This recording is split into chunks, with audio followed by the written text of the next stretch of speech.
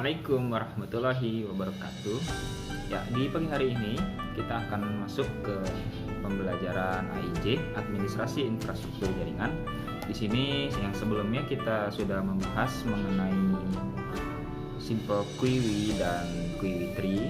Jadi hari ini pembahasan kita akan merujuk kepada HTB, hierarki token bucket. HTB, hierarchical token bucket. Oke, HTB. Jadi HTB itu salah satu jenis QUI ya. Ya, QUI itu kalian tahu lah ya, antrian. Jadi QUI itu antrian, antri, saling mengantri. Dari filosofinya kita bisa mengambil kata bucket, di situ ada ember, sedangkan token itu bisa berarti koin ya, sebuah koin yang ada di dalam ember, dan mereka secara hierarki, disusun secara hierarki. Jadi penjelasan mengenai hierarki token bucket, penganalogiannya seperti itu, atau contoh nyatanya seperti itu.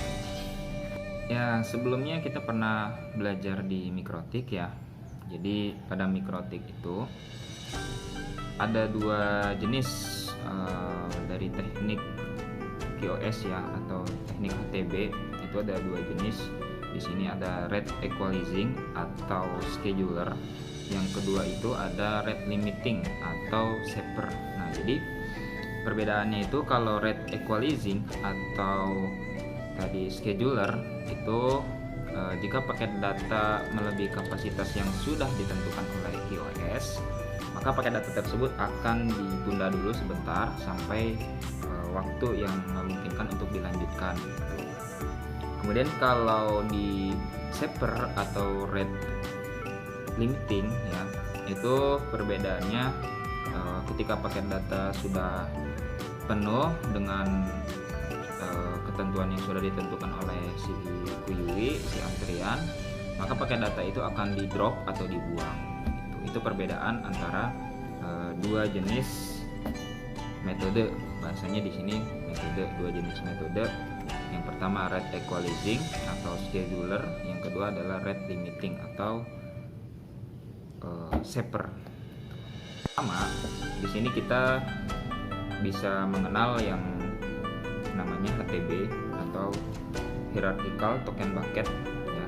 Jadi pada metode rate equalizing atau scheduler kita bisa mengenal HTB. Yang kedua itu ada PCR atau per connection queuing ya. Yang pertama HTB, yang kedua per connection queuing. Perbedaannya apa? Jadi di HTB itu lebih identik kepada memprioritaskan. Jadi misalkan dalam satu perusahaan ada jabatan yang penting untuk menggunakan koneksi, itu harus diprioritaskan. Nah, itu lebih baik menggunakan HTB. Kalau misalkan satu perusahaan itu secara kebutuhan bandwidth atau secara bersama-sama dia butuh video streaming, entah pada meeting atau live Zoom misalkan, nah, itu lebih baik menggunakan per connection queuing. Jadi kalau per connection queuing itu bandwidthnya dibagi rata, misalkan ada 20 MB terus ada 20 orang. Nah, ketika kita sudah setting PCQ itu per connection queuing, bandwidth yang 20 itu akan dibagi rata sebanyak orang yang ada. Misalkan 20 orang dengan bandwidth 20, berarti satu orang mendapatkan alokasi bandwidth 1 MB. Nah, kemudian bagaimana jika misalkan 20 orang tiba-tiba 10 orangnya ada 10 orang logout gitu atau keluar dari koneksi jaringan kita, otomatis bandwidth yang ada itu langsung dialokasikan kepada seluruh user yang sedang terkoneksi. Jadi misalkan 10 orang ya berarti akan mendapat per user itu 2 MB seperti itu.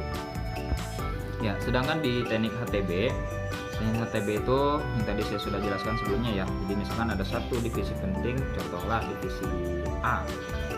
Divisi A ini membutuhkan alokasi bandwidth sebesar 10 misalkan. Dengan bandwidth yang tersedia ada 20 MB. Dia membutuhkan 10 alokasi bandwidth 10 MB. Kemudian di bawahnya ada divisi B dan divisi C membutuhkan maksimal itu 5 MB gitu. Jadi limit add-nya itu 5 MB 5 MB.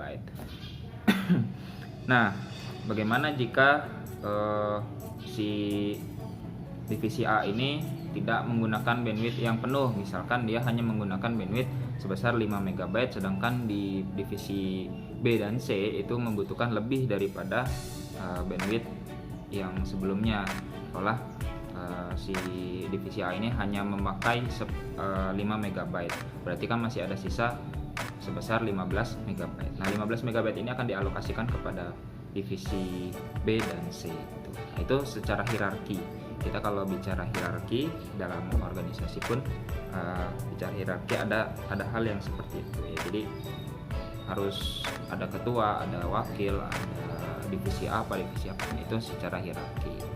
Kemudian pada metode yang kedua di sini kita akan membahas shaper atau rate limiting. Di rate limiting ini salah satu contohnya itu adalah FIFO ya, FIFO.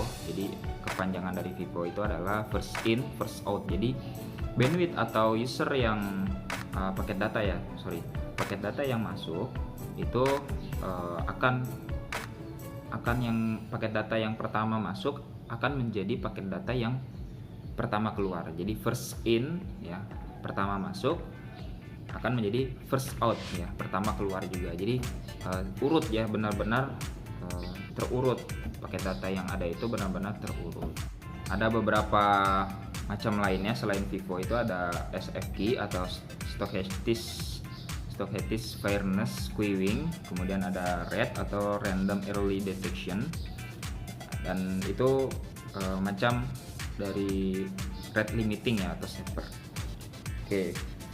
Dalam teknik HTB kita harus mengerti beberapa pengertian, salah satunya parent ya. Jadi parent itu dalam bahasa Indonesianya itu orang tua ya. Jadi dalam mikrotik pun ada istilah parent. Jadi yang dibuat HTB tadi itu bisa menggunakan parent. Jadi si A itu adalah parentnya si B dan C gitu. Jadi si A ini adalah parentnya si B dan C gitu. Orang tuanya si A, orang tuanya si B dan C ini adalah si A. Itu istilah parent. Jadi alokasi bandwidth yang diturunkan kepada si A itu sebesar 20 MB misalkan. Nah, sedangkan alokasi yang dibutuhkan si A ini dia membutuhkan bandwidth sebesar 5 misalkan. Berarti ada sisa sebesar 15 MB yang diturunkan ke bawah. Nah, misalkan dia pakai semua ya otomatis yang di bawah tidak akan bisa menggunakan alokasi bandwidth yang ada. Itu istilah parent. Kemudian ada lagi istilah mengenai max limit ya. Jadi ada istilah max limit, ada limit add. Nah, di situ ada perbedaannya mengenai max limit dan limit add. Nah, di limit add misalkan tadi si parentnya ini max limitnya itu 20 MB. Terus limit add-nya itu juga 20 MB misalkan. Jadi orang yang menggunakan sebesar 20 MB ya yang di bawahnya nggak akan kebagian. Tapi kalau di limit add-nya diubah menjadi 15 misalkan, jadi si parent ini, si A ini akan mendapatkan alokasi bandwidth yang maksimal sebesar 15 MB kalau si B dan C ini sedang membutuhkan. Tapi kalau dibuatnya 20 limit add 20 max limit, di bawah ini tidak akan punya sisa, tidak akan kebagian kalau si A ini mengambil semua alokasi bandwidth yang ada gitu. Tapi kalau misalkan dibuat 15, maka di bawah ini di B dan C ini masih punya kesempatan untuk mendapatkan bandwidth yang tersedia. Itu pembahasan mengenai limit add dan max limit. Kemudian ada lagi mengenai paket mark ya. Jadi dalam HTB ini sangat kental ya, sangat dekat dengan pengertian paket mark. Paket mark di sini memiliki arti atau memiliki fungsi untuk menandai satu paket tertentu. Misalkan kalian ingin menandai paket download, nah itu bisa dibuat di paket mark. Kalau dalam mikrotik itu kita bisa menggunakan fitur manual ya, atau bahasa umum yang biasa disebut orang-orang yang susah ngomong bahasa Inggrisnya itu mangle. Jadi mangle katanya. Sebenarnya mengel ya, bahasanya mengel. Nah, itu untuk menandai suatu paket tertentu, paket download, upload, atau misalkan kalian menandai paket YouTube, menandai paket game Mobile Legend, game misalkan Free Fire atau PUBG, itu juga bisa menggunakan mengel. Jadi misalkan dalam kondisi di sekolah atau di perusahaan itu banyak yang bermain game, nah itu kita bisa tandai paket gamenya itu berdasarkan IP address atau juga bisa berdasarkan MAC address atau bisa IP address, DNS ya. Kita bisa menandakan menggunakan itu. Nah, itu terserah nanti di dalamnya kita mau limit alokasi kecepatannya atau kita mau blokir, itu terserah kita. Oke.